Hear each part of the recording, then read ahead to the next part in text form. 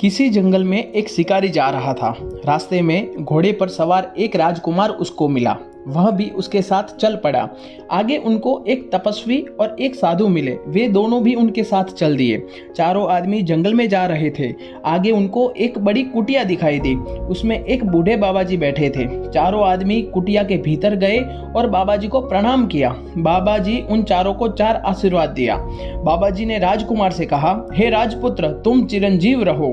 तपस्वी से कहा, ऋषिपुत्र, तुम मत जियो। और साधु से कहा, तुम चाहे जियो चाहे मरो, जैसी तुम्हारी मर्जी। शिकारी से कहा, तुम न जियो न मरो। बाबा जी चारों को आशीर्वाद देकर चुप हो गए। चारों आदमियों को बाबा जी का आशीर्वाद समझ में नहीं आया।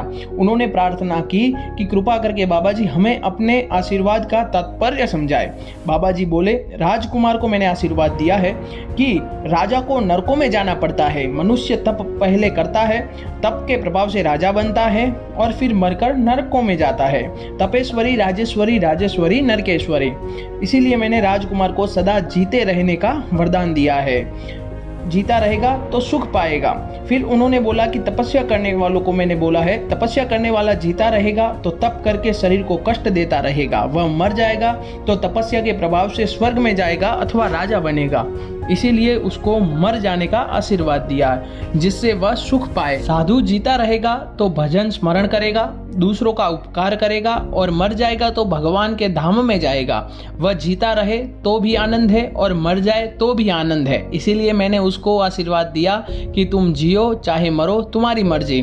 फिर उन्होंने शिकारी से बोला, शिकारी दिन भर जीवों को मारता है। वह जिएगा तो जीवों को मारेगा और मरेगा तो नरकों में जाएगा। इसीलिए मैंने कहा है कि तुम जियो न जियो या न मरो। मनुष्य को अपना जीवन ऐसा बनाना चाहिए कि जीते भी मौज करे और मरने पर भी मौज रहे। साधु बनना है पर साधु का वेश धारण करने की जरूरत नहीं है। गृहस्थ में रहते हुए भी मनुष्य साधु बन सकता है। भगवान का भजन स्मरण करे और दूसरों की सेवा करे तो यहाँ भी आनंद है और वहाँ भी आनंद है। दोनों हाथों में लड्डू है। कबीर जी ने कहा है, सब जग डर पे मरण से, मेरे मरण आनंद। कब मरिए कब भेटिए पूर्ण परमानंद। जय हिंद, भारत माता की जय।